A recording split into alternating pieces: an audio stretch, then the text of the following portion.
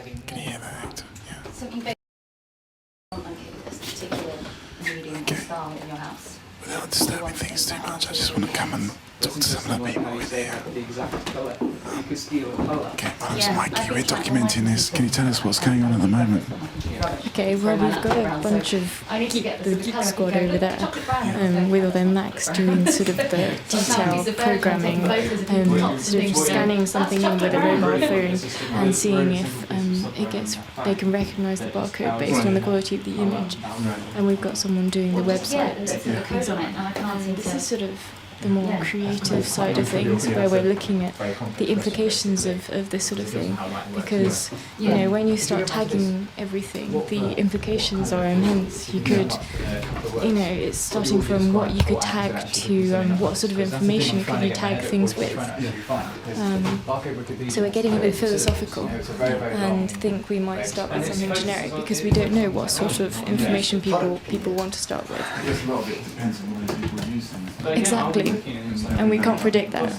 So keeping it generic to start with and seeing what the interest is and developing that particular aspect a bit more. So you've got a kind of division just around these kind of conceptual and the hard coders sitting on a different table. Yeah. Do you think there's a kind of like, there's a kind of I think we keep each other on track because they tell us not to go too wild, and we sort of tell them, actually, you need to do this. Yeah. So the power's always with the person making the code. I speak from bitter experience. Okay, so you definitely we didn't actually build that, I know, because you asked me the wrong thing.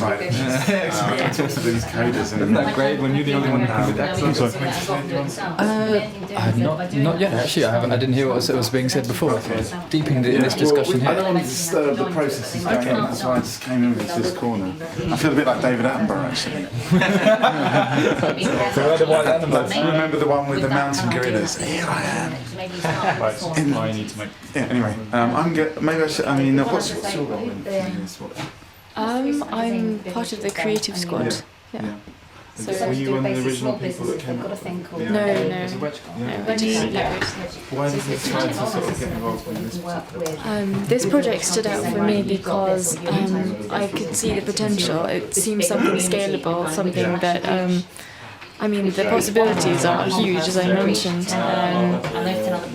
That's why it was interesting. In a way, to me, it seems like you just add to Wikipedia itself. It could be another sort of domain that could. How do you? The thing we're struggling with, because it's much we've always talked about this, like trying to communicate really quick. Well, let me give you my Yeah, someone was thinking about calling up the Wikipedia people and saying, can we add this to Wikipedia? But our concerns would be that it could be sort of product information, and Wikipedia information is quite specific, like it has to be very good quality information in order to get onto Wikipedia. So do you see this more as a kind of sort of blog kind of thing where different people can give more kind of like a diversity of views rather than one source which has come through legal editing?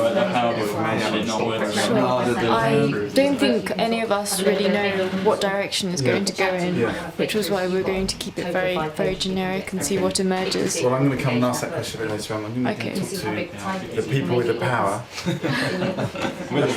The power coders. Yeah, okay. Can I make an appointment for 2 o'clock? Well, we haven't got the appointment registration web out yet. Unplug the power and wait about an hour and a half and they'll be fine. Okay, I'm just gonna, I know these are very powerful people, I'm gonna get down on my knees. Please do stop me. Okay, so what do you do? What's going on here? Should we start? Where should we start? And you've all got Macs as well. I thought Barcode was supposed to have like Linux-based ThinkPads. These are, well, they're Unix-based. So we're split into 2 little teams. Right. We're working on getting the thing working on mobiles, because the idea is to take a picture of a barcode and then send it off and have it decoded. They're working on the have it decoded stage. They're creating a database, and they can tell you more, I'm sure. Right.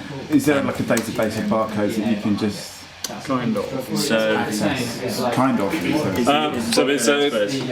There is a company, but I think it's people who are responsible for actually issuing barcodes in the first place. You go to them and you pay for a product. You pay because you want to register your can of beans with them. And they rather kindly have put that on the web, kind of. So you can go and you can search a barcode and it tells you the name of the company and who registered it. So we're going to steal that and put it on our database. But most of the information you don't get, so we need to build something. What kind of information are you thinking about? Well, the idea of it being a bit of a wiki is that it doesn't matter, so people can put whatever they like. So things that are useful to them. So it might be ethical stuff, it might be whether something tastes nice, if it's food, anything you can think of. Some recipes even. Yes, exactly. Okay, well I'm just going to come back to, because I want to ask the question, because you're talking about taking photos with my mobile phone. You know, I can't make anything with the camera. well, we're having that problem right now, and of course an adequate fallback option is to key in the code. Right, okay. So the minimum that we hope to achieve is to get it such that you can key in the code on your mobile and have it sent off and do a database lookup. Because I can imagine, especially with different sort of light levels, you know, people sort of do it at an angle or upside down. There are libraries available for doing this, which we're just looking into. I mean, I've just got it onto the phone, but it doesn't find the barcode, presumably because the camera isn't good enough. Right. It's quite a blurry image. I mean, it's high res, but it's blurry. So yeah, we are. Yeah, but I mean, barcodes are designed for exactly this application, so we're hoping that we can make the technology work. Yeah. We'll see. It does really depend on. But the fallback is just typing out. I mean, it's less glamorous, but actually it might be easier and cheaper just to type I think in it's a less number. error prone. although it doesn't make for quite a flashy demo, so. Yeah, that's the thing. We want to, particularly given exactly.